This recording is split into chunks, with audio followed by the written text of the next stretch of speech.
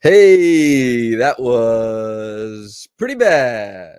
The Raptors defeated by the Orlando Magic 113 to 103 as I have just arrived back home from the stadium and Oleg is scrounging through my collection of books looking for something to read tonight. And he actually has a book about the Toronto Raptors. It's like the media guide for the season. Anyway, pretty hapless game. I think the Raptors were up against it from the beginning. They had a significant mismatch in the front court, as they have had over the past however many games. With Kelly Olynyk is like holding down, holding down the 5 spot. Ochai Agbaji is like the starting power forward. When I was talking to Darko after the game, I called it like Sisyphus rolling the boulder up the hill. And, he said he was proud of the way the guys have been competing over the past however long. A lot of them are guarding up. And honestly, I think that you have to commend them to some degree for hanging in. But also, this is, the professional league. Hanging in doesn't win you games, and it certainly doesn't bring you any closer to, like, you lose against Orlando Magic. That's what you're doing. You're losing against the Orlando Magic. And in a game where Gary Trent Jr. popped off and, Emmanuel quickly reached double-digit assists, we're still looking at, hey, Bruce Brown had a good game too, actually, but we're still looking at, honestly, like, there's a lot of guys who they're up against it being starters. They're overextended being starters, and a lot is asked of them. And there's like G League adjacent guys. There's guys who are just looking to get their legs, and there's guys who are competing like hell. One of those performances tonight was Jordan Nwora. But this is a Raptors team in flux, and we should be expecting more of these games before it turns around in any meaningful capacity, to be honest. I guess also I should probably say, and this is what Darko opened up his media availability with at the start. I didn't comment on it at the time because it was like very private news, and then it seemed like everybody was just getting their statements out. But rest in peace to Nathan Barrett, and everything goes out to the Barrett family and those who are affected by his life and what he aspired to do, and who he was as a person. And all the peace being sent over to RJ and all the good vibes, all that kind of stuff. So yeah, the Raptors are in a tough spot. There's a talent deficit most of these games. There is, a size deficit most of these games. And what are they to do with that besides, double a little bit more often, try and provide court coverage on the back end, and honestly, just do your best to like create offense. And honestly, the best form of offense in this game for the Raptors, and like a third of their offense overall, nearly, was Gary Trent Jr., who finished with one of those quintessential Gary Trent Jr. games: 31 points, 17 shots, 0 assists. He is paid to come in there and gun, and he certainly did. Emmanuel finishing with like 10 and 10. I know 10 assists is a big deal, but I thought Emmanuel, he really got swallowed up by the Magic defense. I thought that their length bothered him, their activity bothered him, and especially like Grady as well. I think Grady, when he put the dribble down, really he had a very tough time breaking that initial line of defense. And then if he did on the gather, because you can often beat the first line on the defense on the gather when you start accelerating through, like that's all great. But then the defense at the bottom slides over. You have to start looking for a pass, and you might be looking for that pass on your last step. You might be making a jump pass. He got caught in some dangerous positions. And even if you get out of them, typically you're just resetting the basketball. So Grady, he goes 3 for 9 tonight, misses all of his threes. And we look at over the past however many games, he's a minus 32 tonight. He played 22 minutes. We saw a game where he played 39 minutes. We saw a game where he played 36. Like Darko mentioned after the game, we are looking to see what happens, what the dip is, rookie wall, lots of time out there, how he's responding, and what that means for him. This is basically not just Grady, but for the team as a whole, learning experiences. And what else are you supposed to take away from this unless you're Gary Trent Jr. and you get to kind of like flex, a 31-point performance, which you definitely deserve to do. Very impressive from that regard. And talking to him after the game and kind of reminding myself and, leaning on his wisdom as somebody who's experienced so much of the NBA game, I know when he came to the Raptors, he was the youngest player on the roster, which was a unique quirk of, Malachi Flynn being, a really old rookie, or really old, relative to rookies. But at this point, Gary is the longest in the lineup tenured Raptor. He's been, a starter in the league, like a no doubt starter. He's been a guy who comes off the bench. He's been, in sweatsuits. He's been everything except for like a surefire star player or an all-star. And asking him for like perspective on guys like Jemias Ramsey or Jonte Porter or Jordan Nwora or Grady Dick, who he said he's worked with a lot. These games, it really does kind of spell out that the Raptors as a whole are just trying to find consistency. And it's tough to find consistency when so many different guys are being, ushered in and out. I was talking to Adam during the game, and he had pointed out that the Raptors, they've had 28 players play for the team this year. 28. I know there's been trades, but that's still a lot. That still brings in like quite a few like two-way guys, G League guys, 10-day guys, all this kind of stuff. End of bench, biannual exception. This team, as currently constructed, is a hodgepodge. And their North Star in Scotty Barnes, who is quite literally a Northern Star in the NBA, representing Canada's team, and also a guiding, a guardrail for where this season was supposed to go. Those things get taken away. Jakob Poeltl gets injured. And you're looking at a team that is, extremely thin in the front court and isn't sure how to, get their secondary ball handling. So what do? They go to Kelly Olynyk a lot. They go to a lot of like delay action in their offense to work through the bigs. They invoke a lot of cutting, and they just try and make it happen without using the bounce. And so Emmanuel quickly, he's like the only guy driving team offense. Gary Trent Jr. punches in when he can to just like make hit shots like crazy. And he's done a commendable job of doing so, I think, in this run of games. Like there's possessions, there's usage to be eaten up, and he has done so. But overall, it's sloppy basketball. And the Raptors, they competed, and I think that they made the Magic like really earn it offensively. I thought they threw a lot of attention at Banchero, particularly in the first half. He jump passes so much, and eventually he kind of figured out the quirks and rhythms of the Raptors' rotations. 6 turnovers in this game, 2 8 assists. Franz, 4 assists to 4 turnovers. Like that kind of stuff is really great. But, Jalen Suggs, I thought, like moved the ball pretty well with an active dribble. Markelle Fultz in a short amount of time when he wasn't, there's definitely some possessions in this game where Markelle pulled up from like the mid-range where I was like, damn, I can't believe he took that shot. Jonathan Isaac had an awesome game, I thought.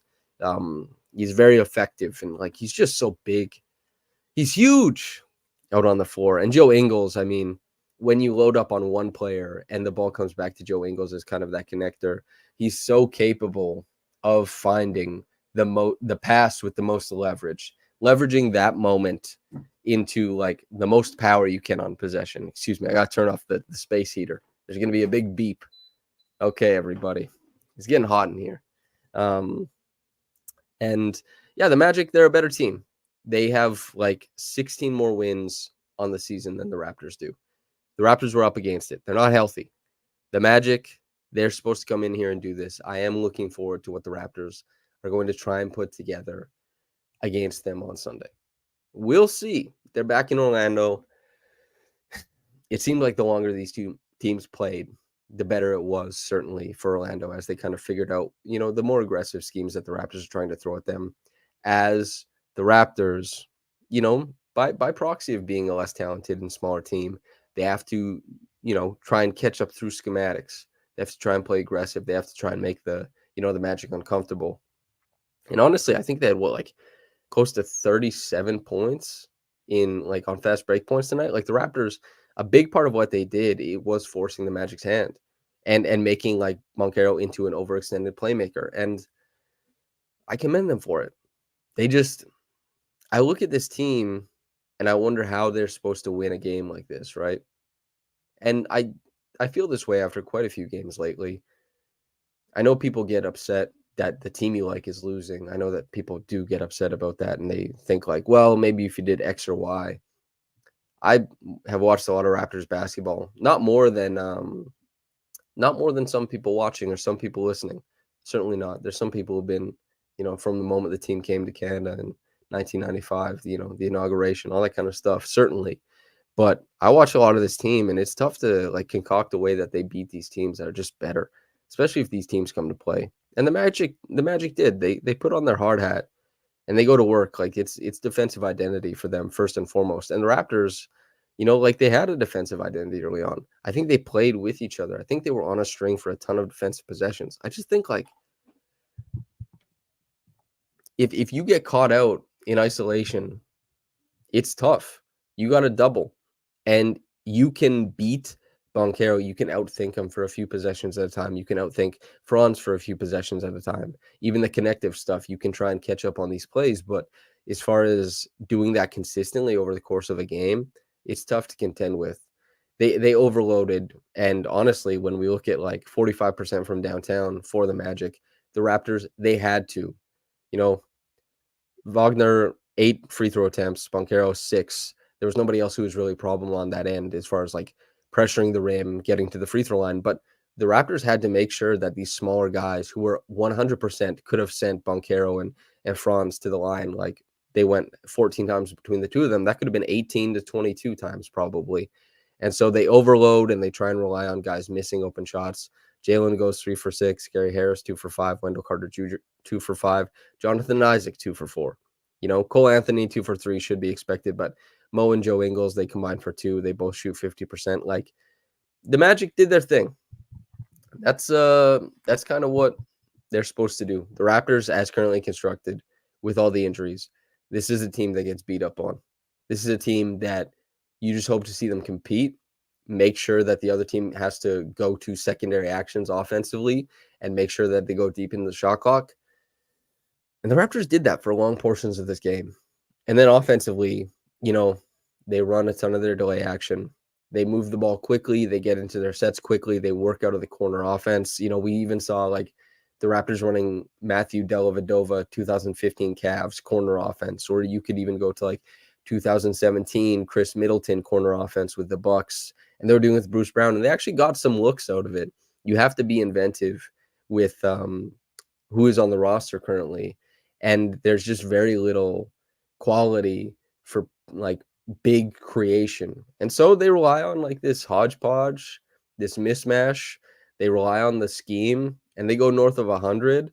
They certainly wouldn't have if, Gary wasn't such a lightning rod shot maker in this game, and he has been over the course of the past couple weeks. It's a tough one. These games are tough to talk about, especially since like we're looking like, JR, I feel like I can call him that since that's what his nickname has been revealed as, 10-5 in this game. And as Ade says, Ramsey was moving pretty well laterally on some of the possessions I saw. Yeah. He D'd up on quite a few possessions. And I think like also Ochai, again, 0 for 3 from downtown. He has to hit those shots to be a viable NBA player, basically. We're waiting to see that. And this is a team where is Ochai going to be on a Raptors team like next year that allows him carte blanche in the same way, the same opportunities to kind of like go get after it offensively, take shots? I don't know. Not as many shots are going to be there. This is where you can get some of that, like that run. You need stuff to drop, right? It's like Grady is coming in like much younger, has had a run with the Raptors. He goes 0 for 3 in this game, but like you see where it's going to work in the future. Ochai offensively, we're looking for something to pop off. But defensively, I thought that Ochai also he had a strong defensive game too. And Jameis Ramsey, I thought, did as well. And kudos to him. Like Javon Freeman Liberty, a lot of people were upset the other game when Ramsey played instead of him, asking Darko about it after the game. Why Ramsey instead of why Ramsey at all? And it's like, well, he just signed his second 10-day contract. They're looking to they want to get eyes on him. They want to see what he does. JFL is here for the rest of the season. Like he got converted, right? So that's kind of, that's where it's sitting. The Green Perspective says, look at the contractual situations of the Raptors players. It explains who's playing and why. Explains who's playing and why. If what you're saying is like JFL is guaranteed for the rest of the season, the Raptors can get a look at him more than like in just the next 10 days, then like, yes, totally. And Jameis Ramsey, the Raptors want to get as much on him as quickly as possible because he's on a 10-day. That's fairly straightforward if people are wondering about that. JFL is on the guaranteed contract. He'll be back, like all that kind of stuff. And Ramsey, they want to get more info on, more data on, and that's kind of where we're sitting. And I liked his game a lot. I was kind of wondering because Darko had said in the pre-game, however, like I guess it was like maybe 11 days ago or 10 days ago, that Ramsey hadn't missed any shots in practice. And I was like, what? In a whole practice? I thought he was just gassing him. Because he was asked like, what's the first thing you noticed about Ramsey? Because you probably haven't seen much. And he was like, he can shoot it. And he did hit a 3 today, but he banked it in. And he certainly didn't mean to do that. But I did like the cutting. I did like some of the driving. And like, while it's not driving from a creation standpoint, it's kind of just making do when lanes are available. I like the hustle. And defensively, yeah, there was some good stuff there.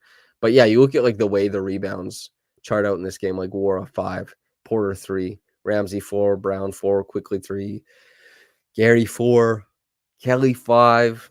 We have or sorry, I'm reading this wrong. Kelly 9, my apologies. Abaji 4, Grady 2. Like it's spread evenly throughout, right? We're looking at a team that is just so similarly sized at so many positions. They're being cross-matched on so many possessions defensively, and on offense, they're just occupying so much of the same role around a couple hubs in Quickly and Olynyk, and then guys like Gary and Grady, they get a little more chances to do stuff, and obviously Gary just taking that chance, grasping onto it, and succeeding immensely as a scorer, and credit to him for doing so. I'm a little disappointed with Jonte's game today. I thought active hands and pretty good feet moving around the floor defensively, aggressive defensively, which you love to see from him. None of the offense stuff popped off for him, unfortunately, but I guess there's some good passing and some adventurous passing too. But as far as, we're looking to see those 3-point shots go down. We're looking to see him hit a couple more shots from the short mid range to make sure that teams have to step up from the bottom of the defense, all that kind of stuff. This is a team that's looking for offense. I've honestly, over the past couple games, I've been impressed given the personnel, the type of defense they've been able to play for stretches of time. And that certainly doesn't mean they're world beaters. It certainly doesn't mean they're uber impressive or anything like that. But we're talking about a team that is, I wouldn't say at the end of its rope, but it's just like overextended. And walking into every game against good teams, it's just like, how do you map out a win? When they gave Denver a scare, RJ was there. Like if you take out, let's say, like Abaji and RJ's in the lineup, that is a significant switch as far as like offensive firepower and the ability to build out sets offensively and run things you're familiar with, and hopefully, be able to mine offense to get to like more than 103 points per game. And so much of that, especially if you could combine it with a really impressive Gary shooting game. But that's just not the team right now. The team right now is, we're looking at a lot of guys who are fighting for not their NBA life, I shouldn't say, but they're fighting for minutes to prove themselves. They're fighting, for a more concrete spot on the team. They want to show what they can over the course of this year so that they're, the team is mindful of where they are next year. That's what it's all about. You defend in a team concept, you operate offensively in a team concept, but there still has to be some, attention paid to the fact that, like, yeah, there's a lot of guys who are kind of like anchored by, what works best for me. And I really don't think that's the case for, like, I don't think this is a selfish team at all. I think I've been impressed with the way they're able to play, especially considering that, like, there's so much like motivation for self on this team. When you look at the opportunities that are available with injuries, when you look at like the shape of the roster based on the contracts, and you look at, like, they talk about this in the G League all the time. G League is cutthroat. G League is about like opportunity. G League is about volume. G League is about usage. And with the Raptors, like, half the roster playing on a given night has had G League time recently, and these guys want to cement themselves in the NBA. It's pretty cool that these guys aren't just like gunning and just like that the game isn't falling apart, but that they do play in scheme. credit to the players for that. I'm not sure what Darko says to them for buy-in or anything, but they've been doing it, man. Tough game to talk about. Just really, I thought Emmanuel had some really nice playmaking early on. I thought that Gary was an absolute heat pump. I loved Grady, like the throw cross in transition, the quick snatch back, and then he threw the lob to Abaji. Like, that's really nice stuff. That speaks to some of his open court playmaking that I hope to see next to a healthy Scotty Barnes. But we'll see. Yeah, probably not this season. John Doe says long stretches of losses might be case for the remaining games ahead. It certainly might be. This is there's not a lot on this team right now relative to NBA talent. So this is where we're at. If we get more fun games, we can do longer podcasts. But I do remember prior to these being, live reaction podcasts on YouTube, an average podcast was probably between like 15 and 20 minutes. And that was even for like a good game that I talk about. But somehow they started getting stretched to like an hour. I think it's hard to look at people like watching the stream and log off just because I'm like, well, you guys are here to listen, But I feel like it's I know last stream was only like 32 minutes, but I do feel that this stream also is coming to an end right away. It was fun when Wara hit the back-to-back threes. The crowd was popping off. They were back within 8, and I was like, ooh, interesting.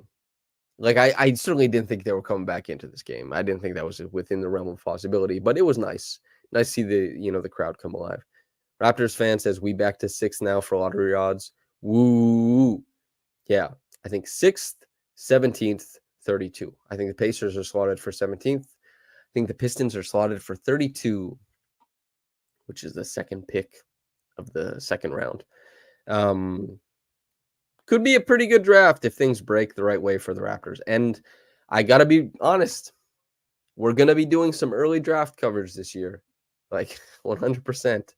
And it probably is in the Raptors' best interest that pick does not go like they probably don't want it to convey this year. And when you look at the roster, who's here, the fact that guys who are injured seem to look like they're going to be out for a while. Yeah, that's kind of where we're at. Ian says, when will you start watching film of draft prospects? Phoenix Plays E says, Samson, on a scale of 1 to 10, what is the devastation level for you if the pick doesn't convey? And Nesta says, Ramsey and Wara were the two good takeaways of the game for me. Draft mode in full gear now. Okay, so when will I start watching film of draft prospects? I'll probably start March Madness if I had to guess. But I think we'll do a podcast with Josh Codanera beforehand. He's a professional scout. And there'll be tons of conversations with professional scouts for consumption that I will have. And so myself and you, the listener, we can all learn together, I think. And then on a scale of 1 to 10, what is the devastation level for you if the pick doesn't convey? I don't want the pick to convey. So I hope they keep the pick. So not devastated. I think that they could spend a little money in free agency. I don't know exactly on who. I think that they can run back a similar team this year, provided with health. I think they're probably a lot closer to a play-in.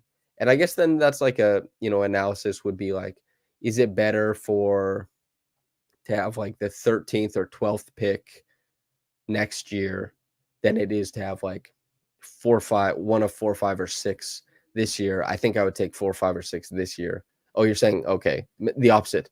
Ooh, if it conveys, I'm like, damn. That's tough. Because after a season this bad, obviously you don't want to lock in on, the Pacers maybe would do between, I guess they'll probably finish between 17 and 20 is where the pick will convey from the Pacers. Not as exciting as loading up on maybe a top 6, top 5 pick, right? Although there is, the gambler's fallacy, which I was talking about with my friend Goose, but there's this, the 7th spot has been doing a lot of jumping, in the lottery. it's been doing a lot of jumping. The 6th has not been doing that. Zulfi, I believe, did like a look into this. And so we'll see what happens. Now, that's not how statistics work. Just because it has happened in the past doesn't mean that suddenly, the 7th will stay still and the 6th will jump. But it would be pretty cool, as Ian here says, and Phoenix Plays E, both acknowledging like Raptors were 7th, they jumped to 4. They got Scotty Barnes, who could very well be the best player from a very good draft. I guess we'll see. You just yeah. So draft stuff.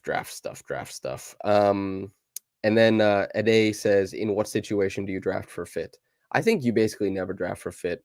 It's so hard to project what players will develop into at the NBA level. Just try and draft the best daggum guy you can, because drafting is really, really hard. So just if you think a guy will be good, pick that guy, because it's really hard to pick good players. That's what I think, in talking to scouts especially. Coco says, happy to join draft education class this year. Yeah.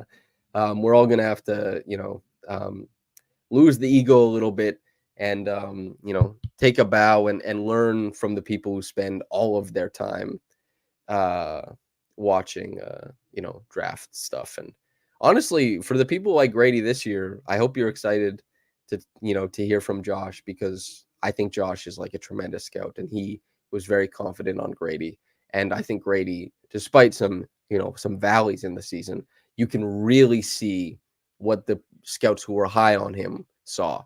I think it's really evident what's going on. John Lamb says dedication for the 12:30 a.m. stream. We've done later. The one we've done like 2:30 a.m. We've done all that kind of stuff. Although there were more viewers because the team was better. And as the team gets worse, you can see it across like everything. Viewership is just like, actually, I shouldn't whistle because I don't think this mic picks it up necessarily. Yeah. So we'll see. Nesta says Raps got the first overall pick in 2006. Being a poor draft, history tends to repeat itself. So another weak draft could mean Raptors jumping up. I mean, hey, I know a lot of people, they really like to dream on Alex Sarr.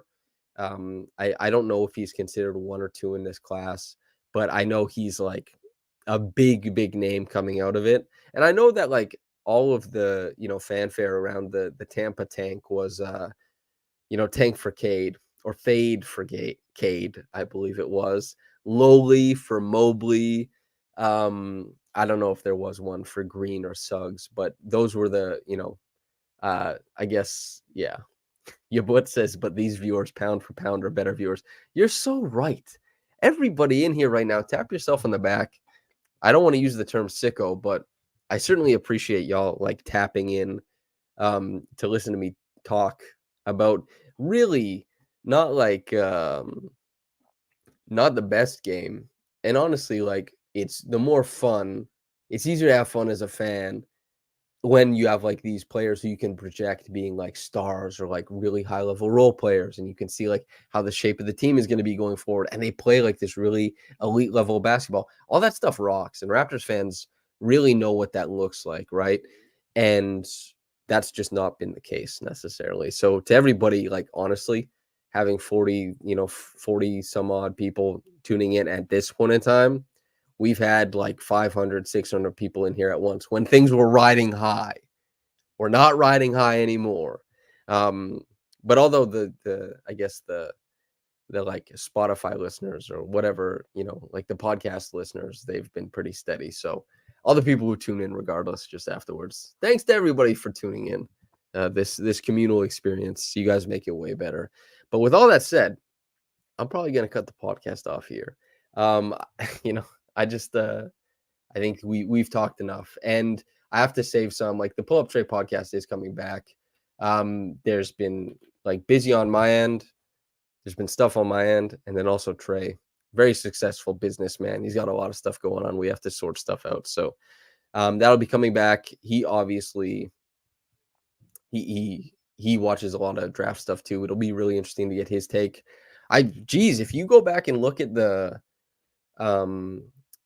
if you go back and look at like the Pull Up Trey podcast stuff, Trey and I we were pretty good on a lot of the draft prospects when we did our own deep dives, and then of course we talked to scouts and stuff. But I think Trey, man, a credit to Trey. I think he has a really good eye for a lot of prospects and has for like quite a few years. I'm excited to talk to Mac about prospects as well and Curly. So those guys are all, they just watch so much basketball. Obviously, I'm a beat reporter, so there's way more focused on Raptor stuff. But yeah, there will be lots of fun stuff to come forward.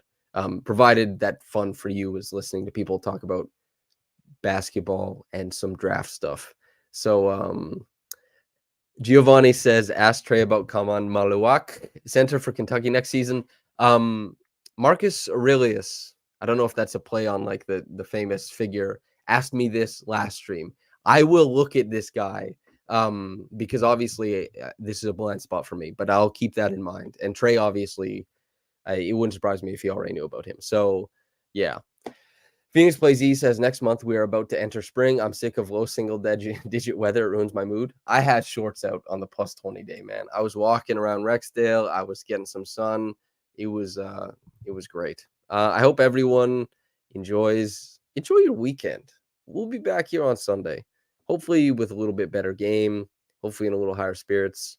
And honestly, since it's away game, it won't be as long or like as late because Dagum, I will not be having to, trek home from the stadium. Giovanni says, everyone has heard of Cooper in 2025? Oh yeah. Cooper Flag is like, I've been hearing about that guy since he was like in grade 8. He's a big deal. Very big deal. All right, everybody. HY says, who's Trey? Trey is the handsomest, coolest man on earth, and I do a podcast with him occasionally. He's also, unfortunately for him, slower than me in a foot race. I hope he sees that. Okay, everybody, thanks for tuning in on these late podcasts. I'm going to get out of here. Like the video on your way out if you so choose. Subscribe to the YouTube channel if you so choose. I can't imagine anybody tapping in doesn't do those types of things at this point in time. It's pretty hardcore stuff. John Lamb says, wave the flag for Cooper, certainly. And yeah, if you have the means to subscribe over at raptorsrepub.com, that's how we stay alive. That's how we do what we do. The deep dives, the most in-depth analysis. That's how we do it with all the other kind of stuff. HY says, Chris, hairline dude. That's exactly right. Trey does have he's a hairline king. All right, everybody. I'm getting out of here. Thank you so much. And whether you got into this in the morning or at night, have a blessed day and